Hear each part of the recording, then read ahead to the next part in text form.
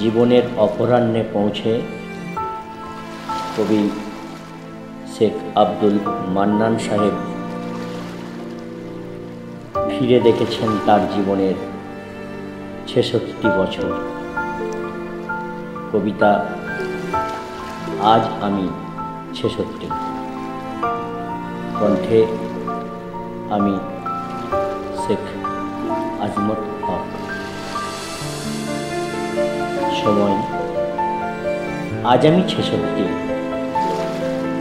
তোমার সমীকরণ পল ও অনুপল পেরিয়ে আজ ছোটবেলার দিনগুলো রূপলি শিশির বিন্দুর মতো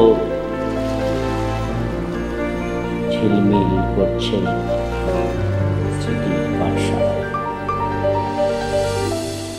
মনে পড়ছে মাটির দেওয়াল ঘেরা বারোয়ারি তলার ঠাকুর ঘরে মাটির মেঝেই বস্তা পেতে অ আ ক খ, একে চন্দ্র দুয়ে পক্ষর ভেতর দিয়ে আব্বা মায়ের স্নেহের শাসনে তিলে তিলে বড় হওয়ার দিন। স্কুল থেকে ফিরে বিকেলে ভাগের পুকুরে লুকিয়ে লুকিয়ে ছিপ ফেলে টপাটপ পুঁটি, রুই, মৃগেল, পোনা ধরে এনে মায়ের হাতে দিলেই এক রাশি খুশিতে ভরে উঠত তার মুখ। ভোগ করতাম কনকনে শীতে মাঠ থেকে উপড়ে আনা শুকনো মটর, মসুর, ছোলা গাছে আগুন ধরিয়ে হোরা পোড়া খাওয়ার আকণ্ঠ সুখ।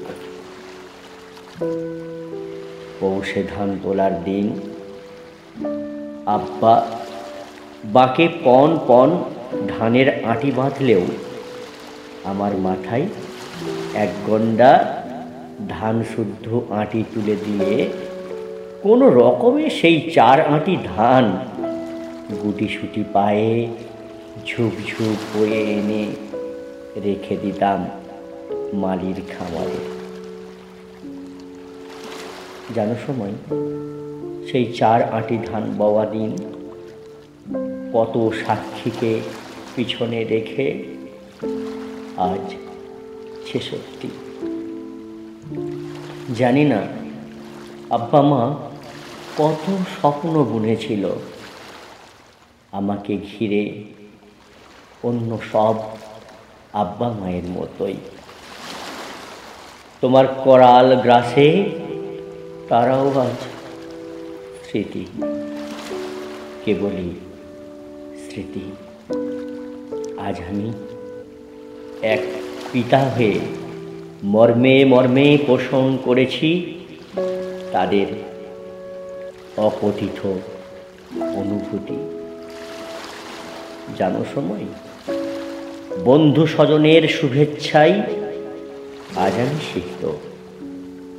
শৈশব, কৈশোর, যৌবনের ফেলে আসা সোনালি স্মৃতিগুলো আজ কেমন যেন ফ্যাকাশে। আব্বা মায়ের পবিত্র আদর্শগুলো এখন আত্মগোপন করতে চাই। আকাশে বাতাসে লেপ্টে থাকা ঠিক থেকে স্বার্থের ভিড়ে সন্তান সন্ততিরাও আজ আমার ৬৬ নিয়ে আনন্দে উদ্বেল। হ্যাপি বার্থডে মজলিসের স্বাদে ডুবে যেতে, অথচ আমার আমি জানি না আব্বা মায়ের জন্মদিনের বৃত্তান্ত, জানে তাদের মৃত্যুদিনের ব্যথাতুর স্মৃতির রোমন্থন। আমার আত্মজনের বয়েই গেছে তাদের পূর্বপুরুষদের কথা মনে রাখতে।